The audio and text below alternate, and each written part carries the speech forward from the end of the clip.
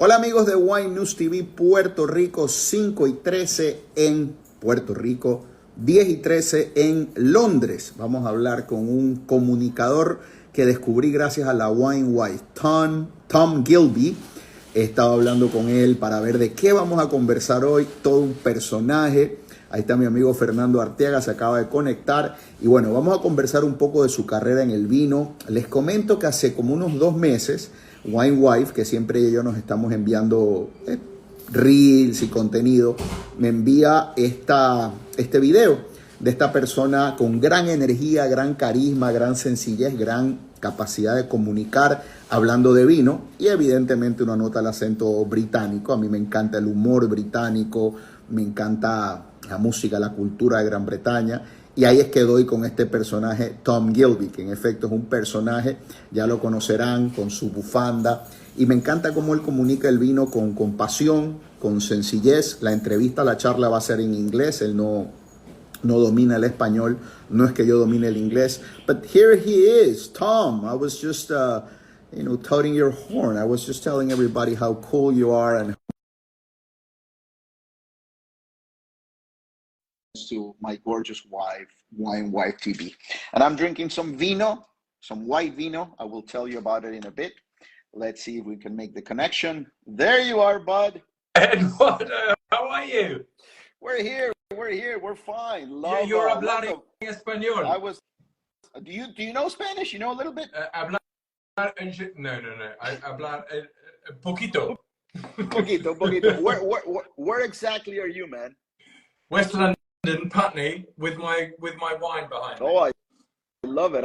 I was just telling everybody how I got to you, or how I knew about you or discovered you, because my wife and I, we always send each other videos, cool stuff, typically funny stuff, to make fun of each other. And then she sent me this video. She almost never sends me wine stuff because she knows I'm saturated about wine, and I love wine, but she usually sends me animals and sends me stuff that's funny. But then she sent me a video of yours talking about wine, and she said in a note, "This guy seems very cool. Check him out."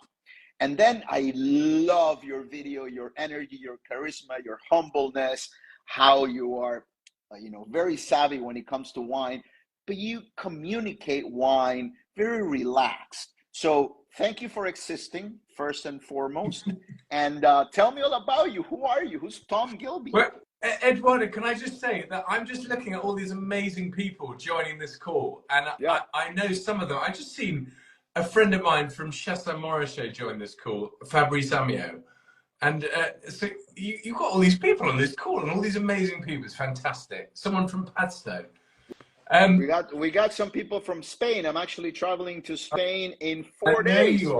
I'm heading out to beautiful Spain to cover more than 35 wineries. We got people from Brazil, Canada.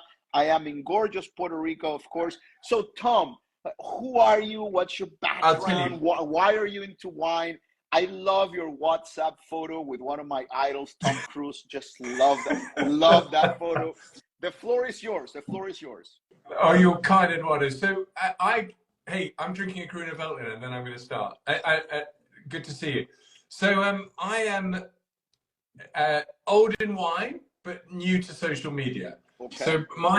So my family, Eduardo, was the first English family to buy a chateau in Bordeaux in 1875. Oh my God! I know. And then they created this amazing business shipping wine from France, Spain, Italy, South Africa into England, and then selling it. And then somewhere along the line, between the founders of that business and my grandfather, someone messed it all up, and I now have to work for a living. So who actually bought the chateau? Was it great granddad or the father of great granddad? My great grandfather, and they had a company called Gilbey's, who used to distribute, and they did wine. They also did Smirnoff vodka, J&B whiskey, Malibu, Southern Comfort, all these amazing brands. Yes. Anyway, and so I have always been in wine. I'm 52. I've always been in wine, selling to restaurants, catering companies, doing all sorts of things that for a day job that you do for a night job. And and That and then that that let's explain to people why you said that. Obviously, I'm an attorney. That's how I make a living. But yes, you do during the day what I typically do at night. That's right. exactly. And then Eduardo, in January, I basically now have an events company. I've had two businesses, sold two businesses, and I have a wine events business. And in January in the UK, no one really drinks. It's all everyone's very boring. They do things like give up drinking. And my Oh yeah, son, who that's works dry that's January, dry January. Yeah. dry January.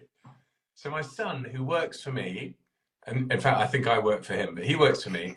He's aged 26, and he said, "Dad, we're not going to sell any wine, and in January, and we're not going to do any events. So why don't you get in the ice bath, and let's see if we can make people laugh." And so that's what Brilliant. happened. That's brilliant. That's brilliant. That's brilliant. You have And then all the Michael Hutchins look. Have you heard that you look like a little bit like this? You know, he's deceased now, but the In Excess legend, Michael Hutchins. You got a tiny Michael Hutchins thing. Eduardo, that's a fantastic accolade. I love that. I'll take that every day. So, you know, and I don't know how many people know about this, but, you know, England, the UK was instrumental for the appreciation of wine worldwide. Yeah, At some point, I believe, I don't know whether it was in the 18th century, 19th century, or both, yeah, that most of the, you know, fine French wine was consumed by the UK, which was, you know, the largest economy in the world, the most powerful country, right? Isn't it though? yeah. Isn't it? What's the relationship between your beautiful country and the fine wine? So England, you're absolutely right, used to be the main market for wine. And there's a long history of England with France, particularly the Bordeaux area, and with our inter-monarch relationship with Eleanor of Aquitaine. And anyway, but so London is it's a melting pot of great wines because we're not, or haven't been for a long time, a wine producing country. So everyone has always tried to sell their wine into London. And now I think maybe we've been overtaken by the States as being sort of the destination where people want to be selling their wine. But London is a great place and particularly now the food scene in London is really, really good. So that works well with the great wine scene as well.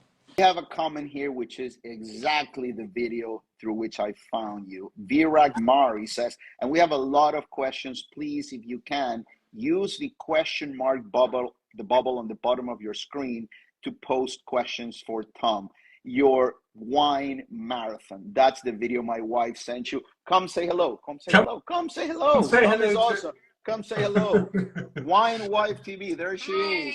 How are Look you? at that. Look at her. I'm good. Queen. That's I'm the good. queen. She can't hear you because I have the earpods, but you'll meet her. You'll meet him soon. He's gonna come visit in Puerto Rico. So Tom, she sent me this video of you. Was it 23 kilometers? Was it half a marathon?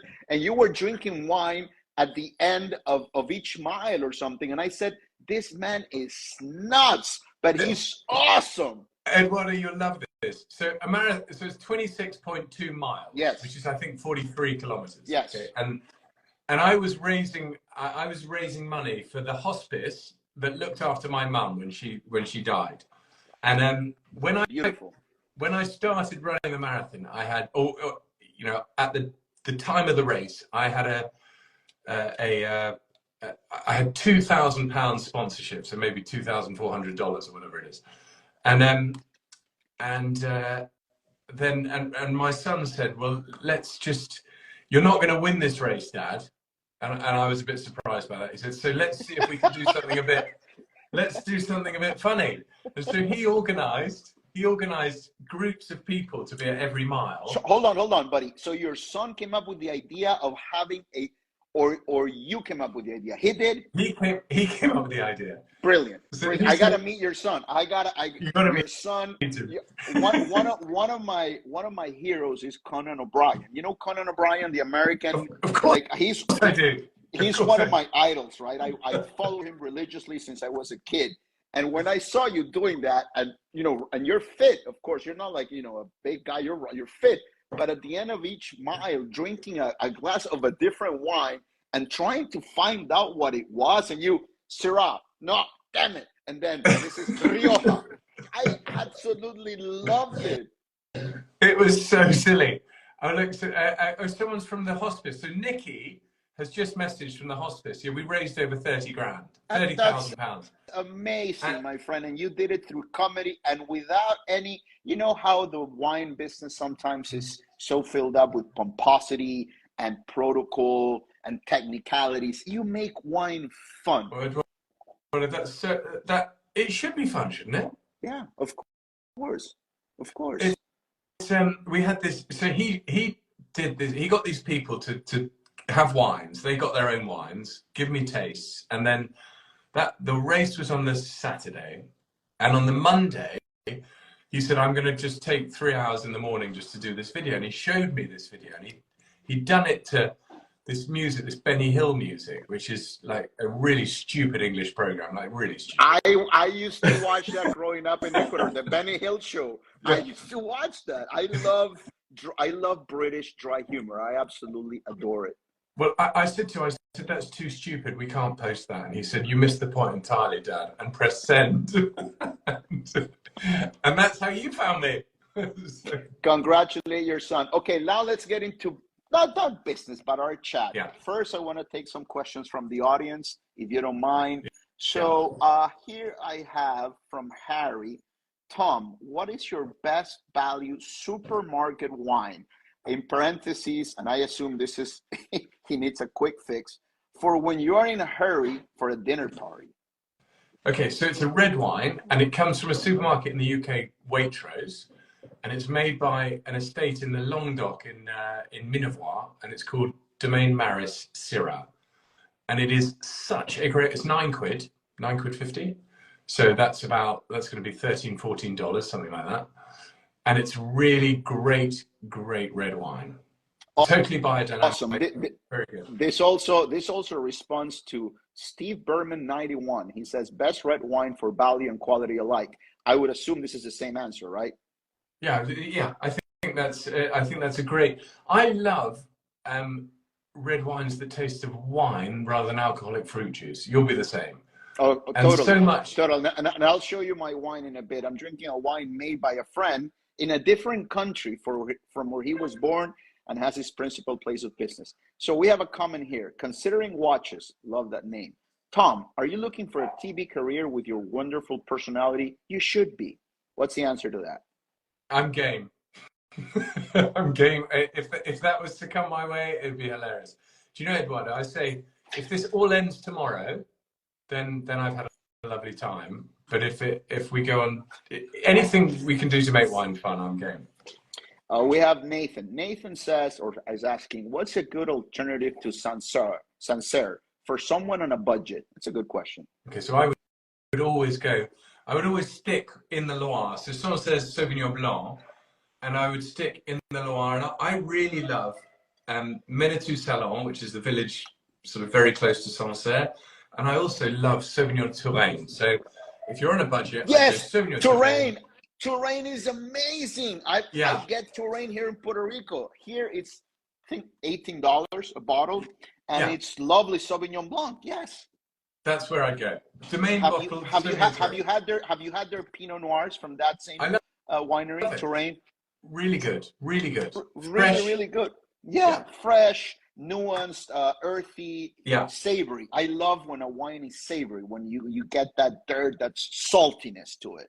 Yeah, exactly. So what are you seeing? About 4 years ago, in the middle of the pandemic, I had an IG live with Madeline Pouquet from Wine Folly, and I asked her, so Madeline, what do you think the wine world will be talking about 10 years from now? That was 2020, so 2030. What is that sort of hidden gem, hidden secret that will turn the wine world upside down in the future? And she said, Portugal. She didn't hesitate. She said Portugal. Whites, reds, Portugal beyond fortified wines. And I love the answer. And after that, I've been finding incredible values from Portugal because, my ignorance aside, I have always associated Portugal with Madeira, port, and Yeah. the sort of the sort of treasure wine, the Barcabella, and all of those incredible wines. Yeah. I'm going to ask you now, buddy, what are the trends? What are you seeing happening? What's the wine world going to be talking about 3, 5, 10 years from now? Well, I think what I love is that things are changing and people are wanting to have fresher wines with more energy and less sugar. And I think Madeline's absolutely right. Portugal is really exciting. South Africa is really exciting. But in answer to your question, I'm more interested in what is the non-wine world. Our wine world, all we do is talk to each other about wine. I talk to you about wine, you understand it. You talk to me about wine, I understand it. We need to be talking to people who think wine is beyond them or not really in their kind of market. And I would really hope that in 5, 10 years' time, it's not about what country it comes from. It's just we get more people interested in wine, which is why I like doing silly things like run marathons with it and do let me recognize a brilliant winemaker and friend. I've had the pleasure of interviewing this man in the past, Cristian Vallejo from Chile, winemaker from Vic, VIK, amazing Chilean wines, a true master who cut his teeth in Bordeaux, making some of the best wines in the world. Yes, I totally agree with you. And this is something that I always mention here in Puerto Rico, at least, and in other interviews that I've been part of. Whenever people are gifted a bottle of rum, a bottle of beer, a bottle of whiskey, you don't hear the recipient of the gift saying, oh, I don't know anything about whiskey. I don't know anything about rum. I don't know anything about vodka. They just drink it. They just drink it. When it comes to wine, people are scared or people are a little shy about it. And more often than not, they say, oh, I don't know anything about wine, as if in order to enjoy a movie, you have to know about editing and cutting. It's, do you know what I mean? That's so brilliant. You summed it up so brilliantly. And we just want to drink it and enjoy it. Yes. A lot of people know that I'm sort of, this wine, I don't want to say connoisseur, that's, too pretentious, but wine enthusiast. I'm a wine enthusiast. And whenever I tell somebody, a friend of mine, hey, try this amazing, I don't know, I'm very much into rosé wines nowadays, and I'm drinking unfortified sherry. I am loving sherry right now, unfortified, non-fortified. So whenever I tell a friend, hey, enjoy this, I think you might like it, the answer is, oh, could I enjoy it? I don't know anything about wine. I'm just giving you liquid, something delicious in liquid form. It's like, I'm not asking you to perform surgery on me. That's it. Do you see that happening in England as well? I do. And I think it's, I really think that our market for wine is growing. People are getting more interested in it, I think, in food and in all sorts of drinks, beers, spirits, wines. Wine has got to keep up with people's interest in what goes in their mouth. And I think your reply was brilliant. Like, what will the non-wine world will be talking about? We have 230 people in the room. Let me get to some questions. Lindsay Bresson, I hope I'm not killing your first and last name. What are your thoughts on Vinho Verde? Do you have a favorite one? Well, Eduardo, we've just been talking about it. I absolutely love Vinho Verde. I think it's just fantastic. And I don't particularly have a favorite one, but it's one of my favorite regions to be drinking wine from, favorite wine styles. I love Alvarinhos coming from there, and really particularly in Northern Europe at this time of year, summertime, Vinho Verde is absolutely perfect. It's perfect. Do you like Chacolí from the northern part of Spain? It's one of the most mad wines I've ever put in my mouth, and I absolutely love it. Yeah, me too. I'm into very sort of mysterious, like left field unicorn wines. I love this question right here. This is the typical question that's like for a beauty pageant, but it reveals a lot about you. If we forget about price, what is your ultimate wine that you would drink if you could never drink wine again. This reminds me of the Colbert questionnaire when he asks people about, you know, if you could only listen to one song for the rest of your life, not continuously, but that's the only song you get to hear. In case, in terms of wine, this is from Bruce Bennett. What is that wine, Tom? Bruce, it has got to be red Burgundy, and with all its amazing nuance and I don't know if my friend Fabrice Amio is still on this call, but he makes really lovely red Burgundy. But if I could put one area in a boat and I'll sail away for the rest of my life, it would be Burgundy, Pinot Noir, and I'd like to be able to drink it from all the different appellations in Burgundy. I'd be really happy. Have you had the wine from Armand Heights? Yes, absolutely. I was just talking to our man because I'm gonna come visit him next year, not this year because I'm only going to Spain this time, a whole month. But and I'm with you. Like Burgundy to me is like my ultimate. Reds as well. But oh my God, we had a tasting of 10 of his wines. It was, I think, 4 whites and 6 reds. And what amazes me about Burgundy, especially in reds, is how at 12.5% alcohol, which is very moderate for these times, they can make this wine with incredible power and personality. Don't you agree? Yeah, totally. Incredible. And with real energy and vitality, and just it really is great wine. Love it. Okay, we're gonna throw a plug here to your business. We have a question from Birak Mari. Where can we get your wine tasting boxes? So I put them up on we basically have done this for we've done 2 of these, and if you sign up to our website, our mailing list, tom@tomgilbey.com, we send mail out of when we're going to do these tastings. So thank you for the question, and thank you for calling that out, Eduardo.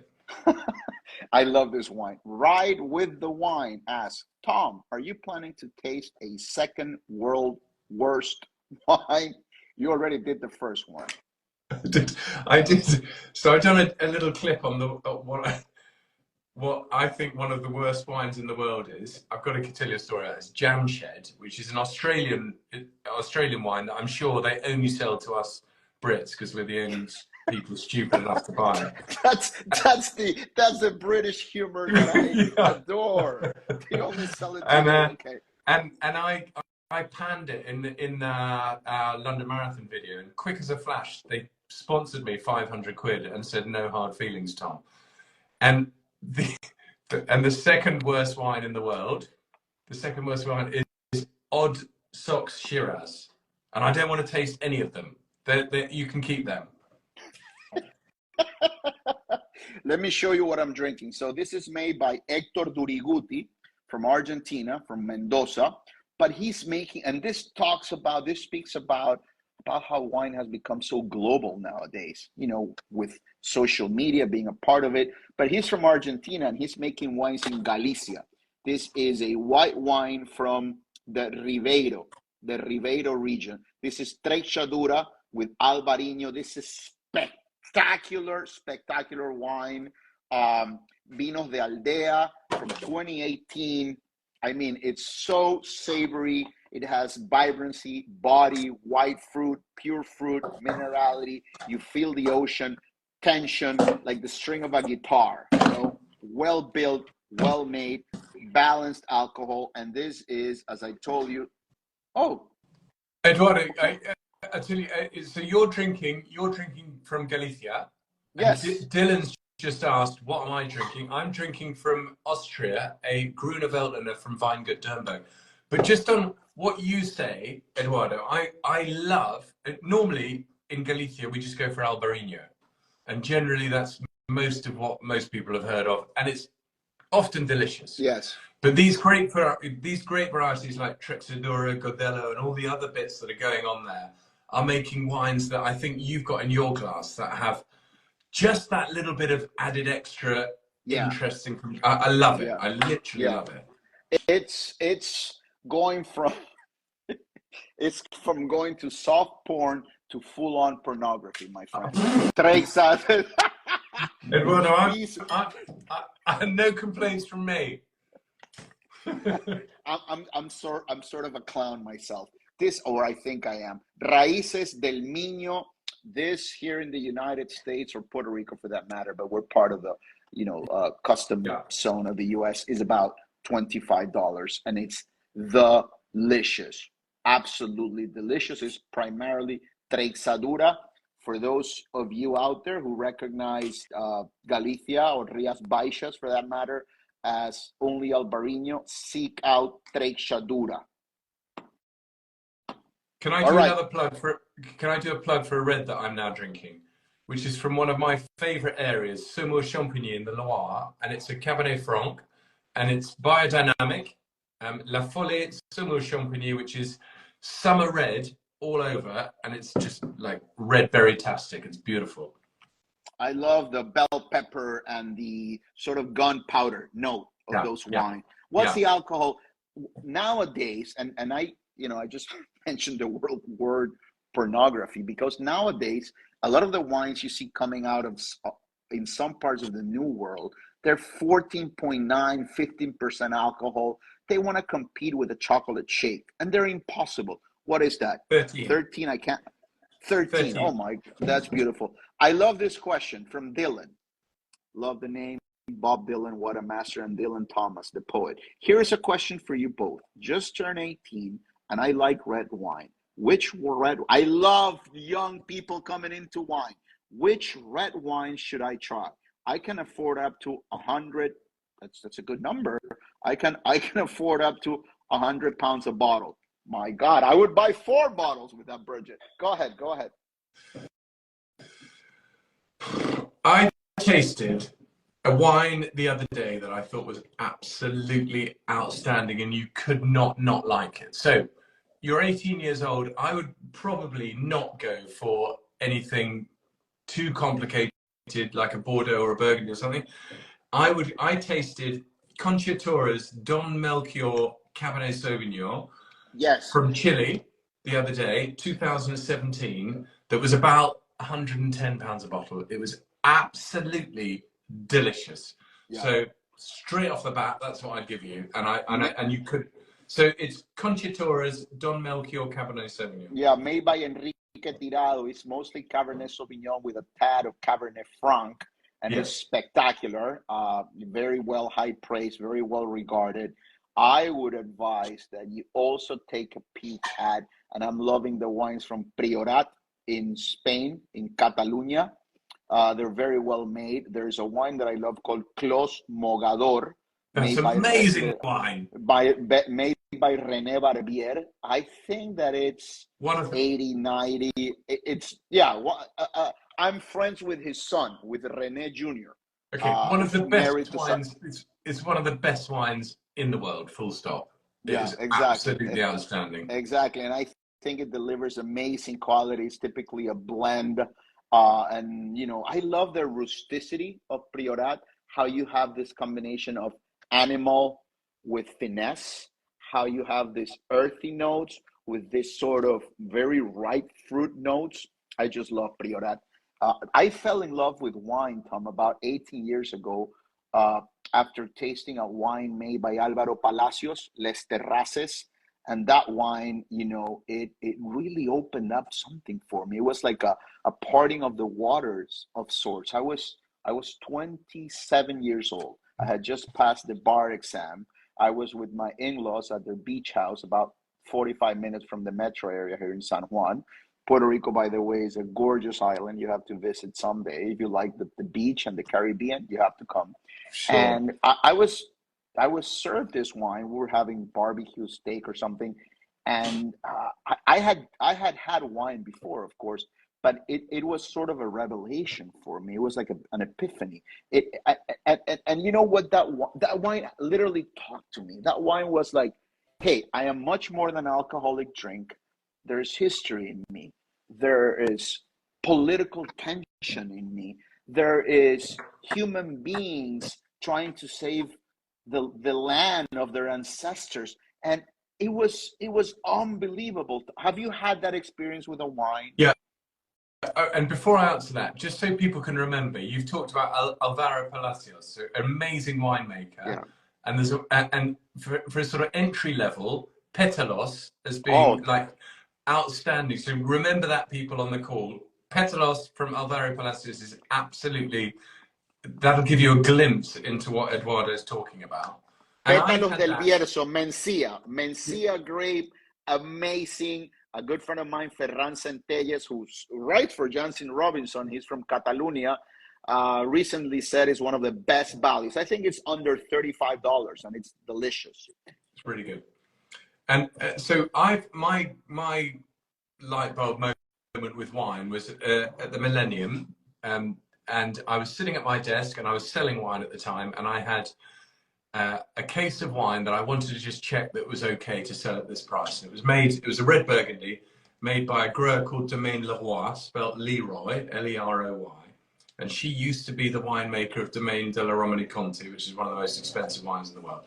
Yes. And I opened it at my desk and I thought, is this really worth £200 a bottle? And it was dead. And I thought, this is like 4-year-old wine and it's dead.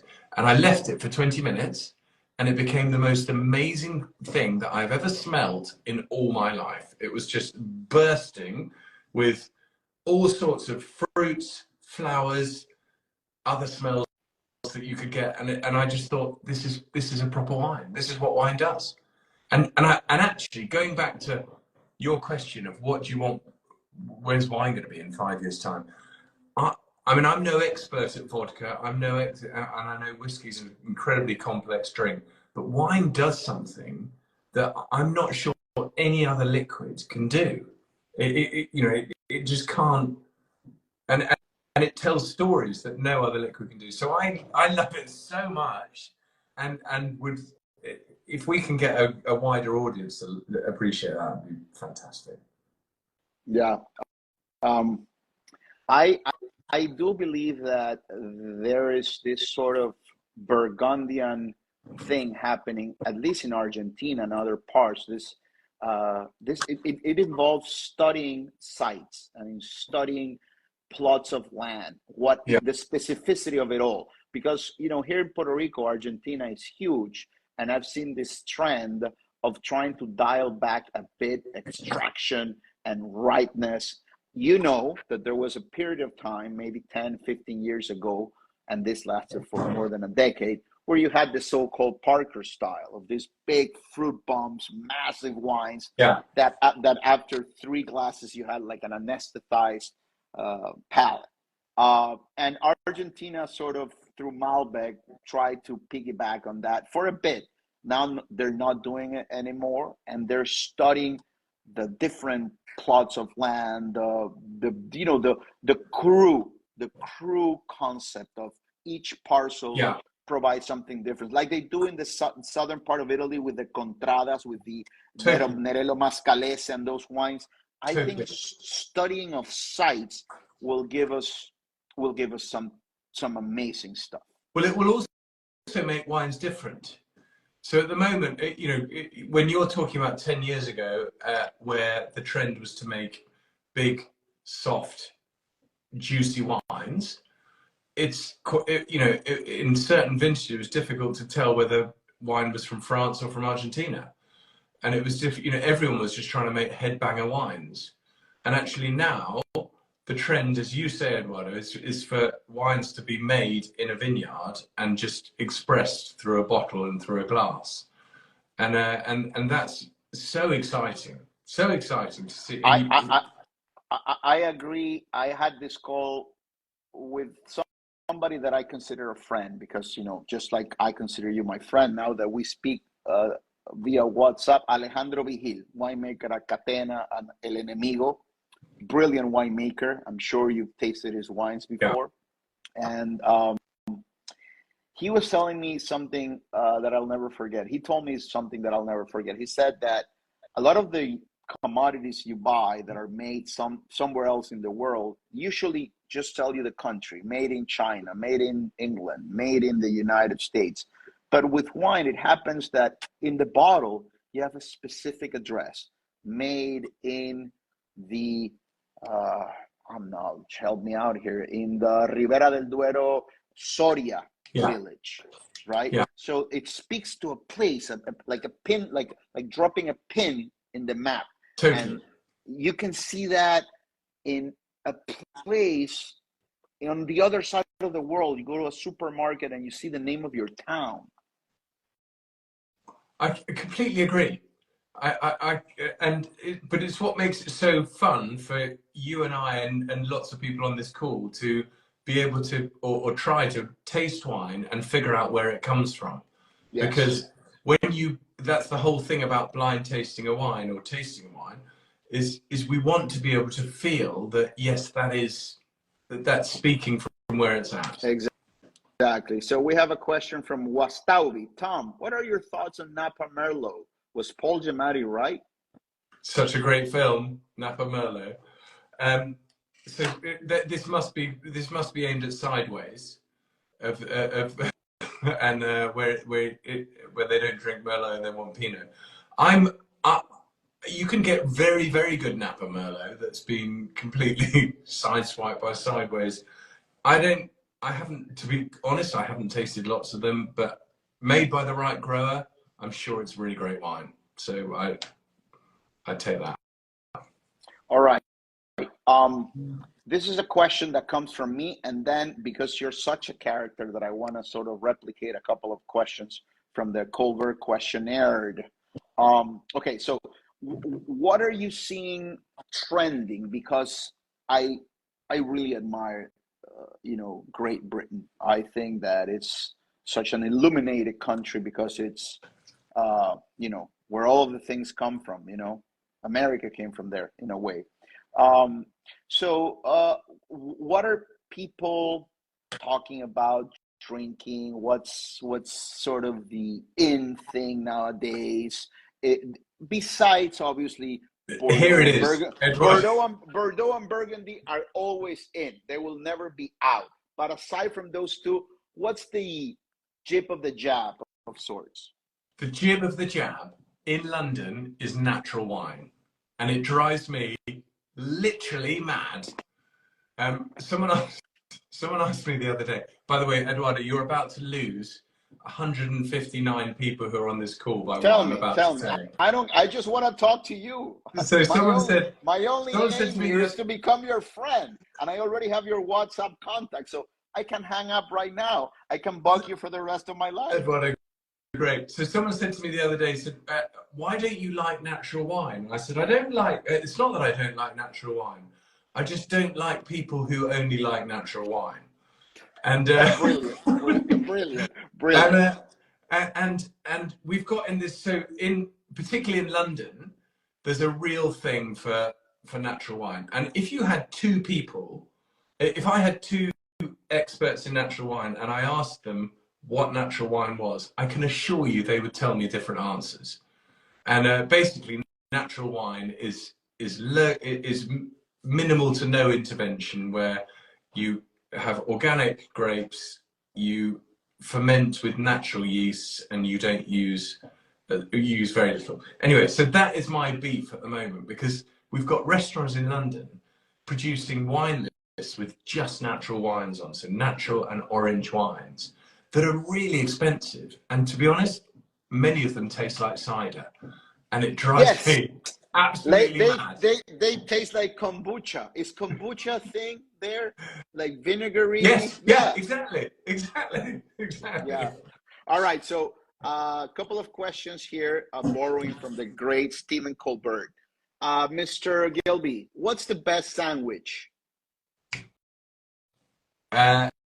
It's got to be a steak sandwich. It's either a club sandwich or a steak sandwich, but I think it's got to be a good steak sandwich from a great steak restaurant that I know of in London, here in Piccadilly, called Sophie's Steakhouse Sandwich. Banger.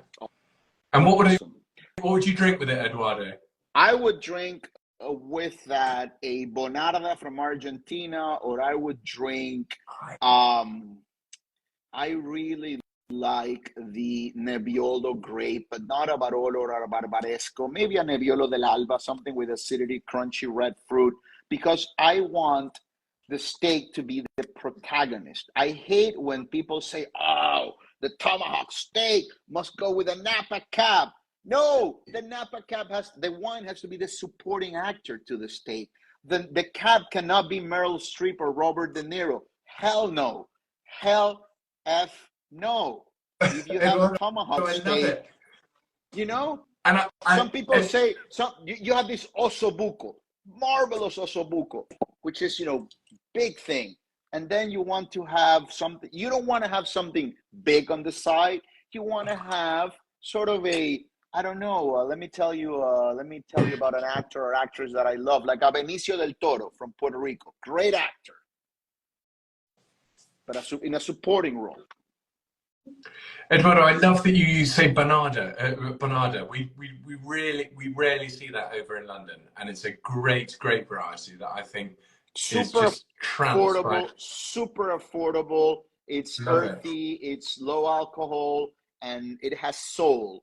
I love wines that have soul, that don't want to be something that they're not. Okay, Tom, what's one thing you own that you really should throw out? That you what? That you really should throw out. Something that you own that you really should throw out by now. I'm going to show you. It's oh no, it's not. It's a bottle of Jam Shed. I should definitely get rid of that. All right, Tom, what's the scariest animal? My scariest animal? Yeah.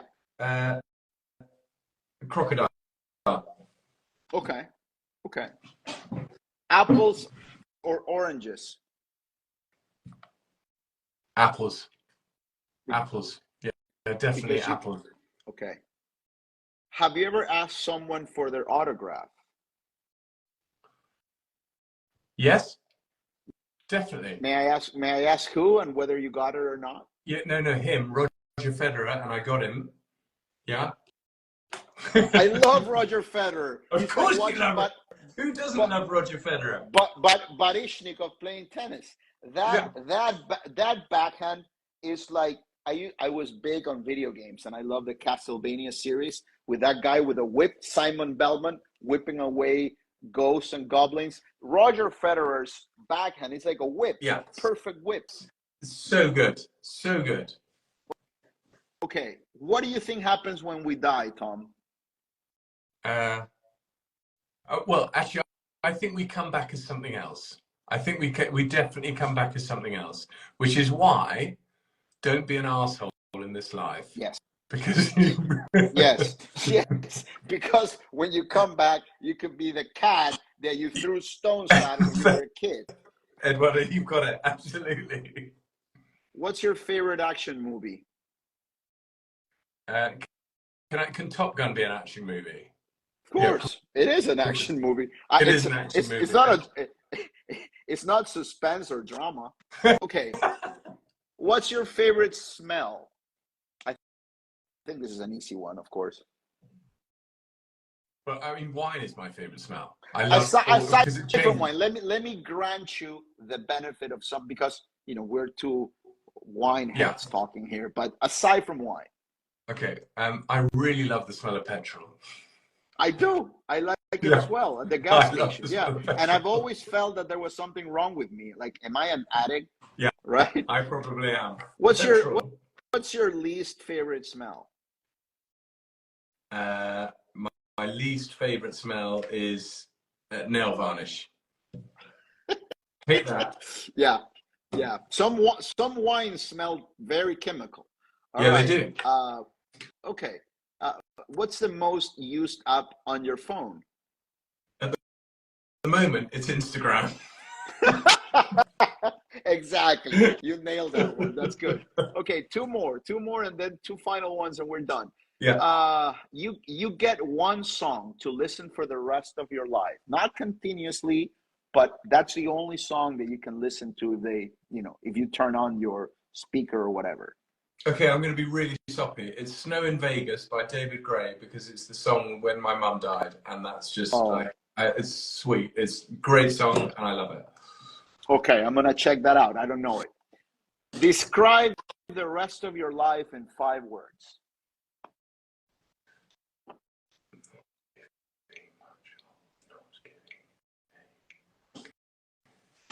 Not giving a shit, really. That's brilliant. That's brilliant, my friend. Okay, so here are my questions. If you could have a bottle of wine with anybody from history, whether famous, Winston Churchill, or somebody who was very dear to you, like your mom, and God rest her soul, who would you sit down for an hour or two, and which bottle would you bring to the table? Massive question. I would. Can they be alive or dead? No. They can both. And you know, you're a friend. You can pick two. You can pick a famous one and a personal one. Okay, right. I would bring Vladimir Putin to the table. Okay. Wow. I've asked this question to a lot of people. This is a first. Okay. And I would bring Brigitte Bardot to the table, and I'd bring a bottle of. I know where this is going. And I'd bring a bottle of Merceau, I think, and I would just sort of chat shit and find out what's going on, because I think Brigitte Bardot could find out what's going on and I could listen. This has been brilliant. This has been the highlight of my month. What a treat speaking to you. Let me get a couple of questions from the audience before we go. Are you okay for 5 more minutes? Yeah, I'm fine. Everyone, good. Okay. So, oh my God, thoughts on Quintarelli Valpolicella Classico? I love who's the grower? The Ginger Cyclist asked thoughts on Quintarelli Valpolicella Classico from Giuseppe Quintarelli. Okay, I don't know the grower, I probably should do, but Valpolicella Classico I think is a great wine. And I think Valpolicella Ripasso is often my go-to sort of, if you want to have a really lovely wine but not spend all your money, is a great wine. This is a good question right here. Tom, did you have the chance to try wines from Israel? If yes, mention 2 names, please. Regards from Aventura, Florida, very close to where I'm at now. 2 hours of plane. I have done, and I remember enjoying them, and I can't remember what they are, which is very unlike me. But there's some great wines produced in Israel, as like really good. But I can't remember what they are. I'd like to be able to get back to you. So can you DM me, and I will remember what they are. And my question, my last question, because when we were talking on the phone via WhatsApp, I told you that I had an amazing sparkling wine from your beautiful country, from England. What's the current status of English winemaking and where it's going? What do you think is going to happen? Give me 2 or 3 minutes of your beautiful mind on this topic. So I think, Eduardo, you're kind to say, and I agree with you. I think England is making some very good sparkling wines. Our one problem is that we've got a big handful of growers making great wines and a big handful of growers making mediocre wines. Nothing to differentiate for the consumer. So I can only see that getting better and better. What's exciting me at the moment is we're beginning to make, in the east of our country, sort of Suffolk, Essex and Norfolk even, some very good still white Chardonnay. So as the world is getting warmer, yes, you'll see Burgundy moving to Champagne, Champagne's moving further north as well. I think in the next few years you'll see better and better Chardonnay, still white Chardonnay coming out of England. And that's sort of somewhere, because they do barrel ferment these wines, so it's somewhere between Chablis and Pouligny in style, but really good. And there's a few growers making acceptable but very expensive Pinot, and it's not good enough yet for the money. But I think there'll be some in 5-10 years time, that I think there'll be some really good Pinot, red Pinot. I love the fact that a conversation leaves something for later, and I do believe that we will talk many more times, hopefully. Next time, let's talk about New York, upstate New York, the Finger Lakes region. They're making some killer stuff out there. I was recently, not recently, a couple of months ago, with the Minister of Agriculture of the state of New York, and the things that are coming out of the state of New York on the border with Canada, very similar to what we're seeing in Great Britain because of global warming, with Riesling, Gewürztraminer, sparklers, of course, and some Cabernet Franc cool weather are amazing. Thank you, Tom. It's been a treat, a pleasure having you in the program.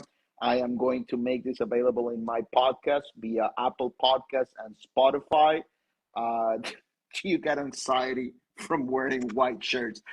What is that question? I love that question. So good. I love that. I love that. I love that question. All right, my friend. Eduardo, everybody, thank you so much. It's been a pleasure talking to you, my friend. We'll be in touch. I'm going to be in your not same time zone, but very close when I'm in Spain. So if I try something really good, I'll send you a WhatsApp message and say, Tom, this reminded me of you. Or maybe one of those nights that I'm going to be over in your neighborhood, we can repeat this Instagram Live thingy. Eduardo, thank you so much. And thank you, everybody, for being on. Take care, my friend. Bye-bye. Have Cool. a great See night. ya. And give my best to your friend. Thank him for allowing me to discover you. Thank you. Bye-bye. Cheers, Eduardo. Cheers. Bye. Bye.